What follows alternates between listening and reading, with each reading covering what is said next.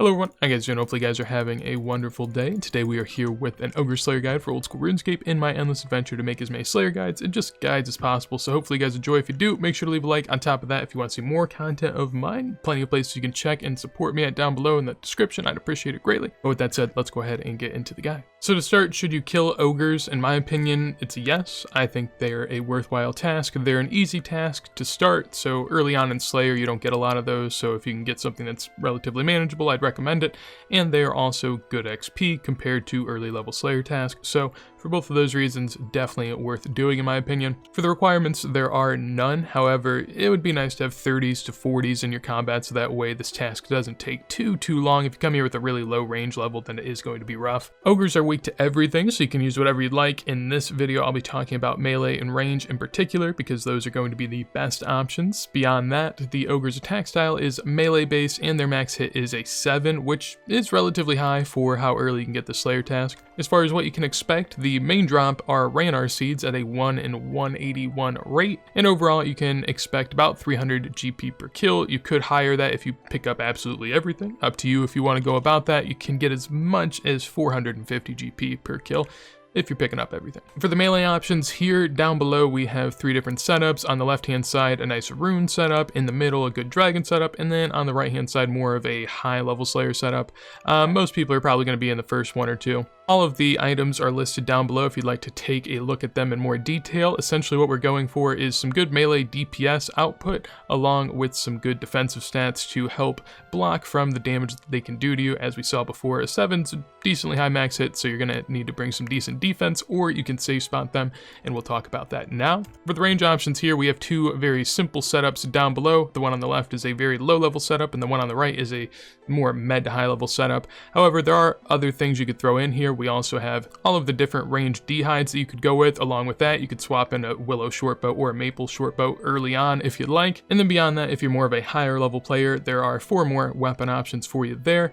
I wouldn't recommend them, but they're options nonetheless if you want to bring them. The best out of the alternatives, in my opinion, would be the magic shortbow and rune arrows. Other than that, I wouldn't really recommend any of the other ones. So on to how to get there and what to bring. For the inventory, I'll be bringing a super potion set along with a rune crossbow to demonstrate some safe spots, and some summer pies as well, as those are the best high healing and low cost food.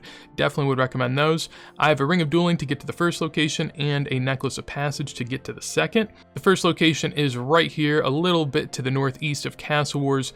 Over here you can find 2 very nice locations. One is being used right now, and this is the main one by this guy right here. You can lay down a cannon over here. It's a great spot in my opinion. I'll hop on over to another world though so I can get a look at it myself. It took me way too long to find another world. There's like 5 or 10 worlds in a row that also had a cannon, but this is going to be the best spot if you're going to be using a range safe spot. From here you can just stand behind these plants and just go to town. There will be some that kind of get pushed back like that, but even then you'll still be fine.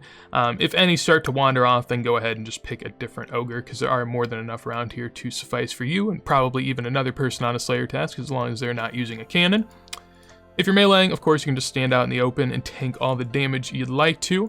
Nothing really too much to speak of down here. There's also another location up here to the north. If you're using melee and you don't really want to worry about hopping worlds and whatnot, you could go up here and also do your task this way as well. So these are the 2 main spots that people are going to be going to. The southern one primarily for ranging, and as you saw before, you can use a cannon here as well. So if you're into spending a little bit of money to get a task over with quicker, definitely a way that you could go about it. So on to the second location here. This is going to be near the outpost, so I'll teleport on over there. Once you get there, we're going to want to run to the east a good bit, and this is the Ogre Pen that also has to have biohazard to be able to get in there in the first place, so there is a little requirement on this one.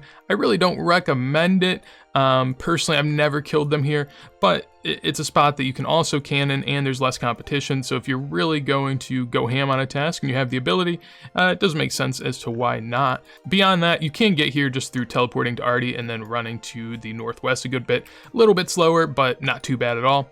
If you have biohazard completed, go ahead and enter on in, and then from there, as you can see up here, we have a nice little Ogre Pen with all of them at our disposal. You can go ahead and range here. I guess you could melee as well if you'd like here, but I don't see the real purpose behind it. Again, here you can also place a cannon inside and go about it that way. Not a whole lot of advice I can go ahead and offer here, just a really nice location as an alternative to the other one if you don't want to have to go through fighting for different worlds, and you have the ability to access here. So that's going to be it as far as this Ogres guide. Hopefully you guys enjoyed. If you did, make sure to leave a like. Anything you'd like to see from me or anything you want to tell me about the guide, would love to hear it down below in a comment. And if you want to see more videos like this as soon as I go live, make sure to subscribe. Also, I'll be streaming right after this goes live, so if somehow you're watching on day of release, I love you. Feel free to stop on by. But with that said, hopefully you guys have a wonderful day, and peace.